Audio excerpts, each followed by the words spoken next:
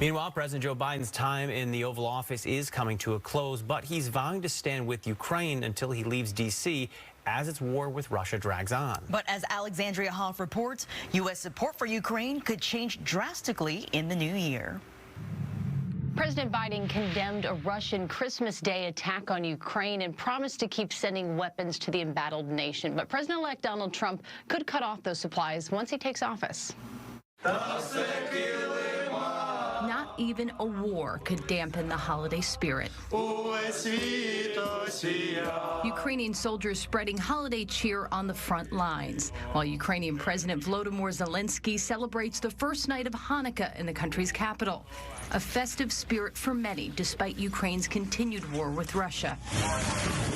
Attacks continued even on Christmas Day, with a massive Russian missile and drone barrage targeting a thermal power plant. This is Vladimir Putin targeting Ukraine's energy infrastructure. It's not a military target, it's Ukrainian civilians. Zelensky described the attack as inhumane, and President Biden said in a statement the Ukrainian people deserve to live in peace and safety, adding that he directed the Pentagon to continue its surge of weapons deliveries. But that strategy could change when Donald Trump returns to the White House. President Putin said that he wants to meet with me as soon as possible.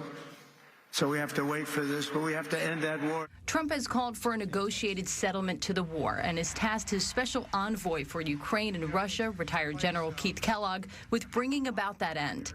Kellogg condemned the Christmas Day attack and added, quote, "The world is closely watching actions on both sides. The U.S. is more resolved than ever to bring peace to the region." Hanging in the balance is U.S. national security. The last thing we want is for Vladimir Putin to cast a shadow over Europe. General Kellogg plans to visit Ukraine and other European countries in January, but will not travel to Russia. In Washington, Alexandria Hoff, Fox News.